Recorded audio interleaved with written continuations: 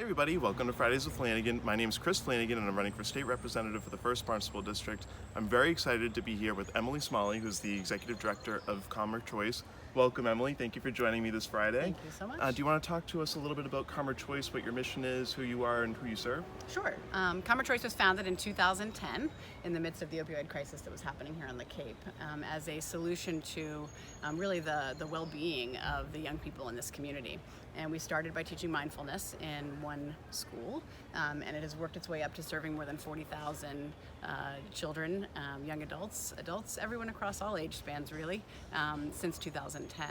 And now in this post-pandemic world, we are re-deepening our commitment to schools and have a new model to operate to be able to serve whole school communities with our evidence-based mindfulness program. So I'm really excited to hear about that. Could you tell me a little bit more? Could you use an example of how you pivoted during COVID and what you're doing now for schools?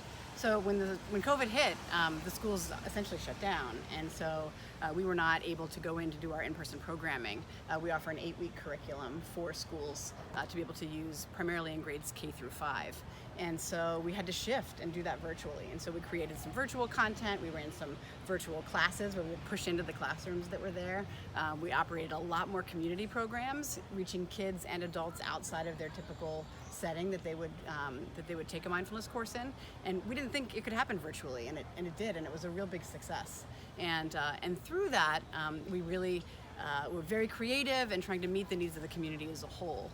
And we started to hear, as the pandemic's really been kind of winding down in a way, that we would be back in schools, able to come back into schools in person. And so we've started this process this year. But what we found is that there are greater and different needs in the school communities than there were pre-pandemic, primarily around supporting the mental health and well-being of the educators and those who are serving the kids, not just the kids. And so through a really intentional process at the organization, we've shifted our model, and we are piloting this year a full-time mindfulness coach in the DY school district. Wow. First of its kind for us. Wow, I mean, the work that you all do is incredible, and I'm so glad that you all exist pre-pandemic, during the pandemic, and as we get out of the pandemic. So you all are doing really impressive work.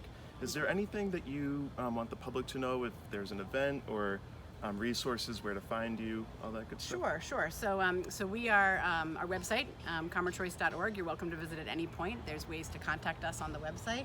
Lots of information about different resources for parents and educators, and our courses that we offer, and details about our model.